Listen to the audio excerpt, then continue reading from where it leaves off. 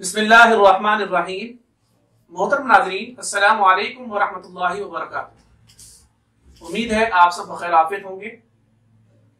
محترم ناظرین، آج کی ویڈیو کا جو موضوع ہے نہایت اہم، نہایت جو ہے وہ امپورٹنٹ ہے، اس حوالے سے کہ ہمارے معاشرے کے اندر، ہمارے ملنے جلنے والوں کے اندر، ہمارے دوست احباب میں کچھ ایسے نظریات دماغوں میں، ذہنوں میں پیوست ہو چکے ہیں کہ جن کو اللہ معاف فرمائے ہم یہ سمجھنا شروع کر دیتے ہیں کہ یہ بھی کوئی دین کا حصہ ہے، یہ بھی کوئی دین کی بات ہے، اور اس کو اس اہتمام کے ساتھ ہم نہ صرف خود اس کے اوپر عمل کر رہے ہوتے ہیں بلکہ لوگوں کو تاکید کر رہے ہوتے ہیں، بھائی یہ چیز ایسے ہے، ایسے نہیں ہے۔ تو میں آج اس غلط فہمی اور اس غلط نظریے کی قرآن و حدیث کی روشنی میں اصلاح کرنے کا ارادہ رکھتا ہوں۔ اللہ تعالیٰ مجھے اس بات کو درست انداز میں آپ تک پہنچانے کی توفیق عطا فرمائے، آمین۔ محترم ناظرین، آج کا جو موضوع ہے وہ ہے ماہ سفر کے بارے میں جو غلط قسم کے نظریات اکثر لوگوں کے ذہنوں میں موجود ہیں۔ وہ نظریات کیا ہیں؟ اکثر لوگوں کے ذہنوں میں یہ نظریہ ہے ماہ سفر کے بارے میں کہ جی ماہ سفر یہ نحوست والا مہینہ ہے، یہ وہ مہینہ ہے جس میں آسمان سے مصیبتیں، بلائیں، شیطانی اثرات، جنات کے اثرات جو ہے وہ اترتے ہیں۔ تو اسی وجہ سے اس مہینے کے اندر جو ہے وہ ان پریشانیوں کی وجہ سے کوئی خوشی کا موقع اگر ہم نے کرنا بھی ہو، کوئی شادی کرنی ہو یا کوئی اور دیگر خوشی کے مواقع ہیں ان کو سر انجام دینا ہو، تو ہم انتظار کرتے ہیں کہ بھی ماہ سفر گزر جائے، یہ نحوست والا مہینہ ختم ہو جائے، اس کے بعد پھر ہم شادی کا جو پروگرام ہے اس کو کر لیں گے، یا بچے کا عقیقہ کرنا ہے تو اس کو کر لیا جائے گا، یا اور کوئی خوشی کا پروگرام کرنا ہے تو اس کو ہم بعد میں کریں گے۔ یہاں تک کہ کسی نے سفر پر جانا ہے، آؤٹ آف کنٹری کا سفر ہے یا کوئی ملکی سفر ہے، تو اس پہ بھی یہ سوچا جاتا ہے کہ بھی اگر اس مہینے سفر کیا تو کہیں ایسا نہ ہو خدا نہ خواستہ کسی مصیبت میں گرفتار ہو جائے، خدا نہ خواستہ کوئی حادثہ ہو جائے یا اور کسی مصیبت، کوئی پریشانی لاحق ہو جائے۔ تو محترم ناظرین، اس طرح کے نظریات لوگوں کے ذہنوں میں موجود ہیں۔ تو سب سے پہلے تو میں آپ کے سامنے قرآن کی ایک آیت پڑھ دوں، اس سے اور مزید وضاحت ہو جائے گی۔ بسم اللہ الرحمن الرحیم۔ ان عدت الشہور عند اللہ 12 شہرا فی کتاب اللہ یوم خلق السماوات والارض منها 4 حرم۔ اس آیت مبارکہ میں اللہ رب العزت نے سال کے 12 مہینوں کی وضاحت کی ہے کہ یہ 12 مہینے میں نے بنائے، ان 12 مہینوں کا خالق میں ہوں۔ اسلامی سال کے جو 12 مہینے محرم سے ان کا آغاز ہوتا ہے اور ذی الحج پر ان کا اختتام ہوتا ہے۔ جیسے کہ آپ جانتے ہیں محرم کا مہینہ ابھی حال ہی میں ختم ہوا اور اب سفر کا مہینہ شروع ہو چکا ہے۔ تو محترم ناظرین، سفر کا مہینہ جو ہے اس کا پورا نام جو اللہ رب العزت نے مخصوص کیا وہ ہے سفر الخیر۔ سفر الخیر، خیر کے معنی کے ہیں بھلائی کے ہیں۔ اللہ رب العزت تو اس کو سفر الخیر فرما رہے ہیں، اور اس کے ساتھ ایک اور نام بھی اس کا آیا سفر المظفر۔ مظفر کے معنی کامیابی کا مہینہ۔ تو اللہ رب العزت تو اس کو خیر فرما رہے ہیں، مظفر فرما رہے ہیں، اور ہم جو ہیں وہ اس کو نحوست والا مہینہ گردان رہے ہیں۔ آقا دو جہاں صلی اللہ علیہ وسلم کی حدیث مبارکہ، اس کا ترجمہ آپ کے سامنے پیش کر رہا ہوں۔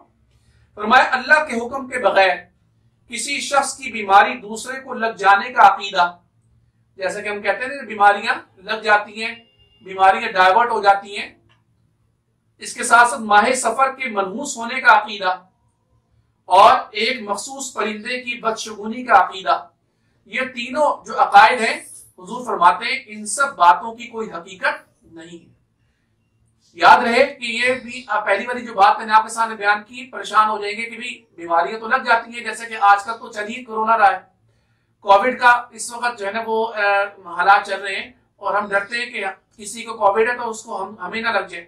اس میں کوئی شک نہیں ہے کہ احتیاط بہت ضروری ہے، احتیاط کرنی چاہیے، لیکن اس بات پر ایمان اور آپ کا عقیدہ پختہ ہونا چاہیے کہ بیماری ہو یا صحت ہو، پریشانی ہو یا خوشی ہو یا جو نا وہ غم ہو، یہ تمام کے تمام کیفیات اللہ کی طرف سے آتی ہیں۔ اللہ رب العزت کا حکم ہوتا ہے تو یہ چیز ہے۔ اب مثال کے طور پر رمضان کا مہینہ اس کے بابرکت اور مقدس ہونے سے کوئی انکار کر سکتا ہے؟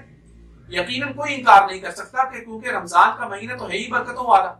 اگر اس ماہ مبارک میں یعنی رمضان کے اندر اگر کوئی شخص اللہ کے حکم سے کسی مصیبت میں گرفتار ہو جائے، کسی پریشانی کے اندر مبتلا ہو جائے، یا اگر کسی کے ہاں کوئی میت ہو جائے یعنی کوئی کسی کے والد، کسی کی والدہ یا کسی کے بہن بھائی میں سے یا کسی کے اولاد میں سے کسی کا انتقال ہو جائے، تو کیا اللہ معاف فرمائے ہم ماہ رمضان کو نحوست والا مہینہ کہیں گے؟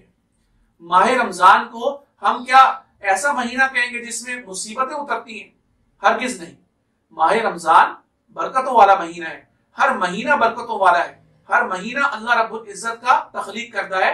اللہ رب العزت ہی اس مہینے کے اندر ہمارے لیے بھلائی کے فیصلے بھی فرماتے ہیں، اور بعد دفعہ ایسا بھی ہوتا ہے کہ ہماری آزمائش کا فیصلہ بھی فرما دیا جاتا ہے. تو محترم ناظرین، اپنے عقائد کی اصلاح کرنے کی ہمیں بہت ضرورت ہے. عقائد کی اصلاح کرنے کی بہت ضرورت ہے. یاد رہے کہ اگر عقیدے کی خرابی ایمان کی خرابی کا باعث ہے، اور یہ تو ہم سب جانتے ہی ہیں کہ بغیر ایمان کے نہ دنیا میں کامیابی ہے اور نہ ہی آخرت میں کامیابی ہے. اس بات کی ایک اور اس مہینے کے حوالے سے بات مشہور ہے کہ اس مہینے کا جو آخری بدھ ہے، یعنی عام طور پہ ہر مہینے کے اندر جو ہے وہ ہفتے کے جو دن ہیں وہ 4 دفعہ آتے ہیں عام طور پر. تو اس مہینے کا جو آخری ہفتہ اور اس آخری ہفتے کا جو بدھ ہے، کچھ لوگوں کا نظریہ یہ ہے کہ اس بدھ کو خوشی منائی جائے اور اس بدھ کے اندر کچھ جو ہے نا وہ کھانے پینے کی چیزوں کا بھی کو پکانے کا اہتمام کیا جاتا ہے اور دعوتوں کا اہتمام کیا جاتا ہے، خوشی کا اہتمام کیا جاتا ہے. اس بات کی جب تحقیق کی گئی کہ یہ لوگوں کے اندر یہ چیز کیوں ہے، یہ آج سے نہیں ہے، یعنی بہت پہلے سے یہ لوگوں کے اندر موجود تھی چیز. تو جب تحقیق کی گئی تو پتہ یہ چلا کہ لوگ اس لیے خوشی مناتے ہیں کیونکہ حضور صلی اللہ علیہ وسلم جب بیمار ہوئے، جب اپنی عمر کے آخری حصے میں بیمار ہوئے، تو اس ماہ سفر کے آخری ہفتے کے بدھ والے دن حضور صلی اللہ علیہ وسلم نے صحت، اللہ تعالیٰ نے صحت عطا فرمائی اور حضور صلی اللہ علیہ وسلم نے غسل بھی فرمایا. تو یاد رہے یہ والی جو بات لوگوں میں مشہور ہے یہ بھی تاریخی حوالے سے غلط ہے. حضور صلی اللہ علیہ وسلم جیسا کہ ہم سب جانتے ہیں کہ ربیع الاول کے مہینے میں ہی پیدائش ہے، اور ربیع الاول کے مہینے میں ہی حضور پاک صلی اللہ علیہ وسلم کا وصال بھی ہے. تو یہ جو ماہ سفر کا آخری ہفتہ اور اس کا جو بدھ تھا، اس بدھ میں حضور صلی اللہ علیہ وسلم کے مرض نے شدت اختیار کر لی تھی، مرض میں مزید اضافہ ہو گیا تھا. تو یہ جو ہے وہ لوگ یقیناً خوشی منائیں گے اس بدھ والے دن کہ جو حضور صلی اللہ علیہ وسلم پر ایمان نہیں رکھتے، جو کفار اور منافقین اور مشرکین میں سے ہیں، وہ تو یقیناً خوشی منائیں گے. لیکن ایک مسلمان کو یہ زیب نہیں دیتا کہ وہ دن جس دن حضور پاک صلی اللہ علیہ وسلم کے مرض نے شدت اختیار کی تو مسلمان جو ہے وہ خوشی منائے. آپ لوگوں سے گزارش کروں گا خدا را اپنے دین کو سمجھیں، خدا را اپنے دین کی اہمیت کو جانیں، خدا را اپنے دین کے احکامات کو جاننے کی کوشش کریں. یہ صرف کسی مولوی صاحب جو ہیں وہ دین کے ٹھیکیدار نہیں ہیں.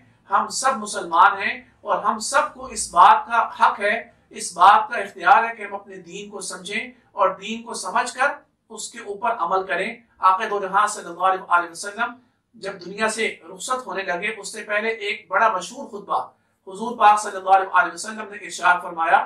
تاریخ کے اندر اس خطبے کو خطبہ حجۃ الوداع کہا جاتا ہے.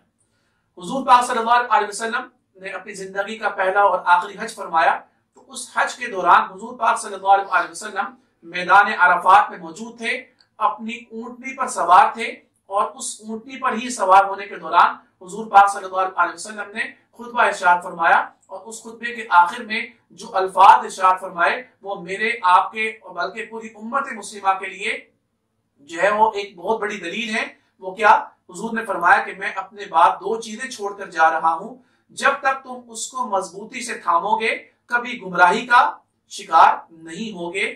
وہ 2 چیزیں کیا ہیں؟ قرآن مجید اور آپ صلی اللہ علیہ وسلم کی سنتیں. تو میرے بھائیوں، دوستوں، بزرگوں، میری بہنوں، آج ہم جو گمراہی کا شکار ہو چکے ہیں، ہم راستے سے بھٹک چکے ہیں، اس کی سب سے بڑی وجہ قرآن سے دوری اور آقا دو جہاں صلی اللہ علیہ وسلم کی سنتوں سے دوری ہے. اللہ رب العزت مجھے، آپ کو، پوری امت مسلمہ کو قرآن مجید کو سمجھنے اور آقا دو جہاں صلی اللہ علیہ وسلم کی سنتوں کو سمجھنے، ان پر عمل کرنے کی توفیق عطا فرمائے، اور ہر قسم کی ضلالت، گمراہی، بے دینی، بے رہروی سے اللہ تعالی ہماری حفاظت فرمائے۔ وآخر دعوانا ان الحمد للہ رب العالمین۔